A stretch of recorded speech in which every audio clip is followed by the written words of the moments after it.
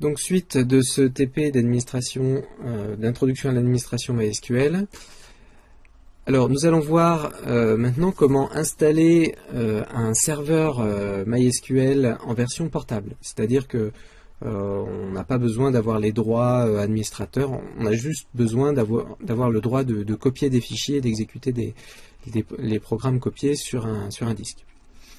Alors pour ça, il va falloir déjà aller rechercher la dernière version du serveur MySQL. On va prendre le serveur en version community, c'est-à-dire en version gratuite.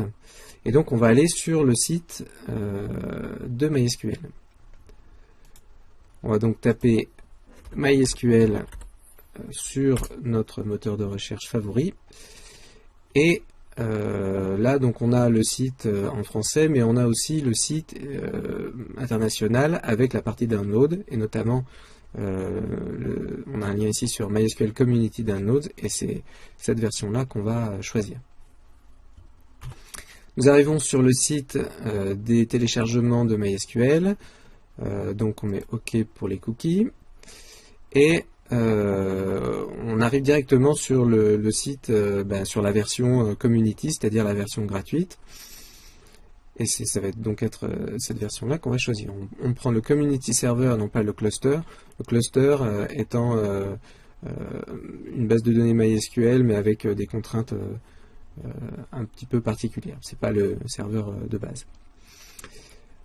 Donc ensuite, nous allons essayer de choisir la version portable.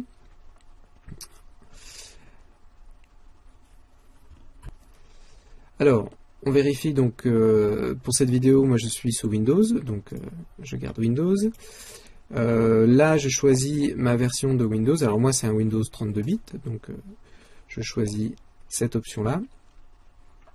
Et en dessous, nous avons la possibilité de télécharger l'installeur MySQL, mais pour avoir le droit d'installer cette version-là, qui est un petit peu plus conviviale au niveau de l'installation, eh bien, il faut avoir les droits d'installation.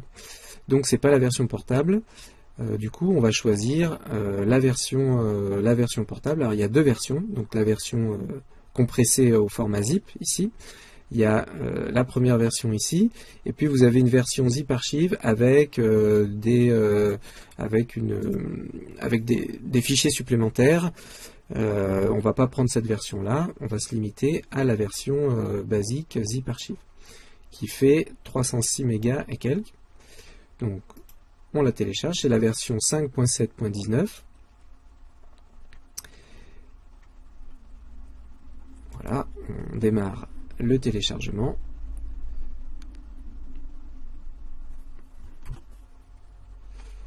On va enregistrer le fichier à la racine du disque D de la machine sur laquelle je suis en train de travailler. Et on attend quelques secondes que le téléchargement se fasse. Après quelques secondes, voire minutes, le fichier est téléchargé, et donc on va pouvoir l'ouvrir. Donc je vais à la racine, je vois que de mon disque D, je vois que le fichier est téléchargé ici. Je clique avec mon bouton de droite et je vais l'extraire à la racine de D. Donc, extraire tout. Alors on va l'extraire, oui, on va garder le nom de dossier par défaut. Et là c'est pareil, on a encore une petite étape de quelques instants avant d'avoir le fichier est compressé, totalement décompressé. Donc il reste quelques secondes avant la décompression totale.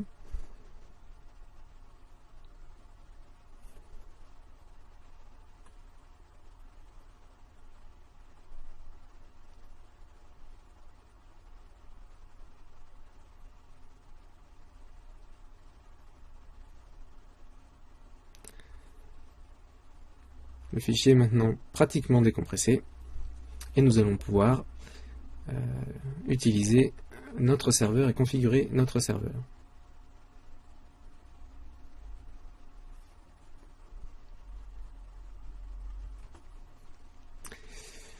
Voilà, le fichier apparaît maintenant décompressé. Donc si on retourne à la racine, on a bien un répertoire avec le serveur MySQL.